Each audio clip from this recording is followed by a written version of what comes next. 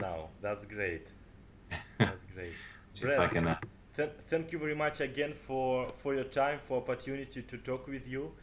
Um, I, I've, sorry for my English is not perfect yet, but I've known about you, I think, 1 year ago Uh, about EFT, and I just started to discover what is that, and I found your videos in YouTube, your site, and I do it regularly, almost every day, and that's amazing. I see some results, and uh, Jack Canfield introduced me to EFT, and I've mentioned you when I see him last year, and it's great. It's great. Excellent, excellent. Yeah, Jack's great. So now, where are you located? I live in Moscow. Ah, I live in Russia, Brett, and yeah, welcome, welcome. You've been close. You've been in London, and so maybe next time you come to Russia. Pavel, it's been on my list. My parents were there 2 years ago, and I mean I for a long time back when I was in college and I was studying acting. I had all these ideas about going and studying, Stanislavski method in Moscow, and but it never happened. But rest assured, your English is a whole lot better than my Russian. I can say Nostrovia and Yates, and that's pretty much it. Thank you, Brett. Thank you for your support. Okay, if you don't mind, we can start. Absolutely. Yes. Okay, Brad, thank you very much again for your time and for this opportunity to talk with you, to record a short, small interview for my followers, for to get to know you, your method. You are world recognized expert in EFT, emotional freedom technique. You are best-selling author of the children book. It's called The Wizard's Wish, the co-author of the best-selling Freedom of Your Fingertips. You've been on TV shows, on radio shows. You've been in a movie, The Tapping Solutions. Brett, can you please tell us about yourself a little bit, about EFT, and how did you start doing this? Yeah. How does a grown man find himself tapping on his face for a living? It's it's always a curious question. I actually started out as an actor and had toured around the world doing theater, and then I went to Hollywood to become a movie star. And after being there for, I don't know, I'd been there for about 7 years, and I met my wife, got married. She was pregnant with our first child, and I thought, I should probably have a backup job just in case. And instead of getting a regular job, I started as a hypnotherapist and started to build a small hypnotherapy practice.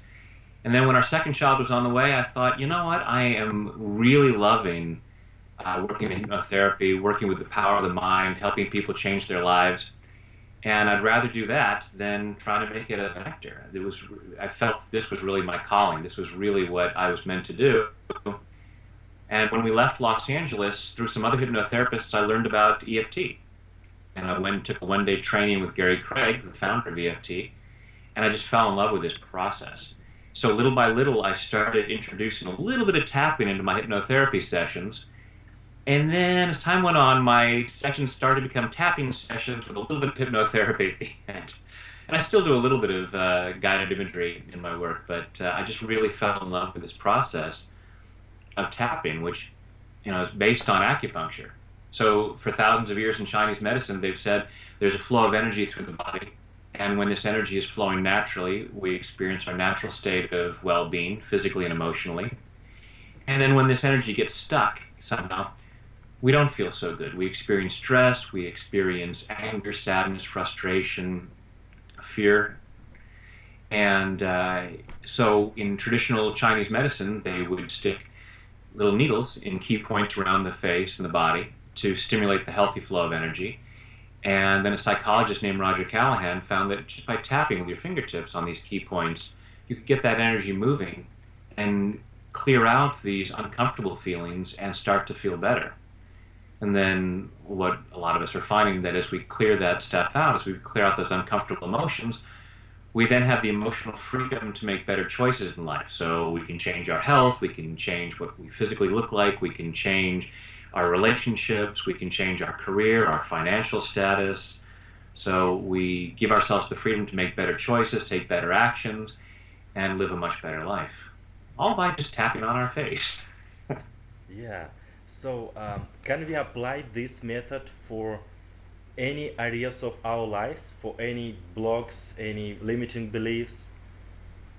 Yeah, the expression, I think it was Gary Craig came up with it, is try it on everything.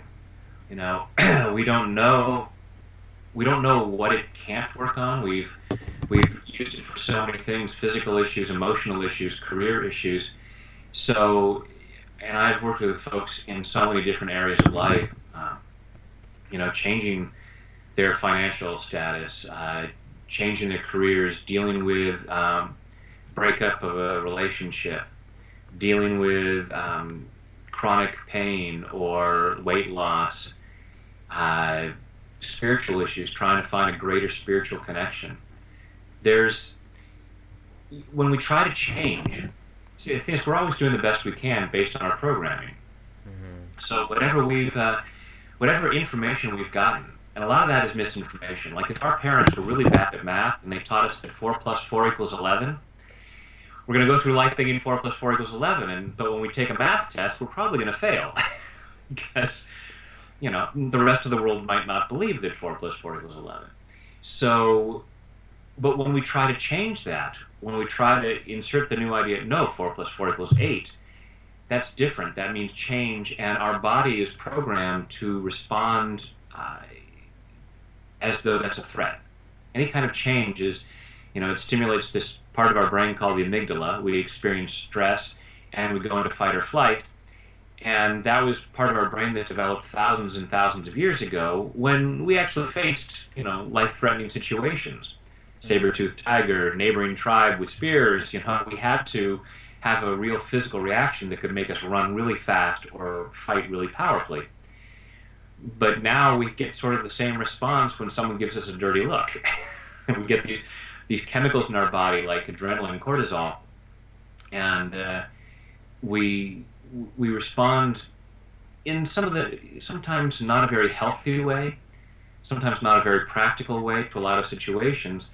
And part of us is designed to try to keep ourselves stuck in what feels safe, the life that we know, even if it's crap. Part of it says, yeah, but it's my crap. I know where it is. I know where to put it. I know how to deal with it. Excuse me. So, I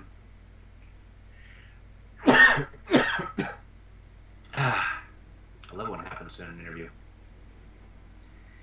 We may have to start this over. Hey, Paul, hold a minute. I gotta go get some water. Yeah, yeah. Okay, Brett, of course.